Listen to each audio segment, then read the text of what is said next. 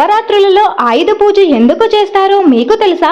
పురాణాల ప్రకారం మహిషాసురుడు అనే రాక్షసుడు భూమిపైన దేవలోకంలో దారుణంగా ఆహ్వానించలేని శక్తిని సంపాదించాడు. దేవతలు చేసిన యుద్ధాలన్నీ వృధా అయిపోయాయి. అప్పుడు సమస్త దేవతలందరూ కలిసి ఒక దివ్య శక్తిని సృష్టించారు. ఆ శక్తి రూపమే దుర్గాదేవి. ఆమె సృష్టి సమయంలో ప్రతి దేవుడు ఆమెకు ఒక శక్తివంతమైన ఆయుధాన్ని ప్రసాదించాడు.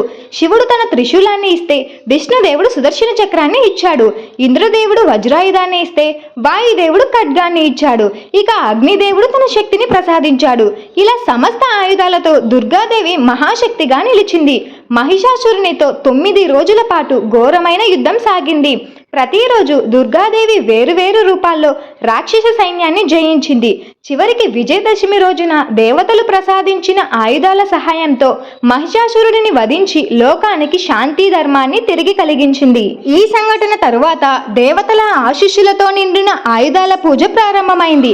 ఎందుకంటే ఆయుధాలు కేవలం ఇనుము లేదా లోహం కాదు, అవి ధర్మాన్ని కాపాడే శక్తి, అలాగే విజయాన్ని సాధించే సాధనం. సాంప్రదాయం తరువాత కాలంలో లోకానికి కూడా వ్యాపించి ప్రతి ఒక్కరూ తమ జీవనాధారమైన పరికరాలను పూజించడం ఆరంభించారు. రైతు తన కలపకర్రలను, కూలీ తన పలిముట్లను, విద్యార్థి తన పుస్తకాలను, డ్రైవర్ తన వాహనాలను, ఇలా ప్రతి ఒక్కరూ తమ వృత్తి సాధనాలను పవిత్రంగా భావించి పూజ చేస్తారు.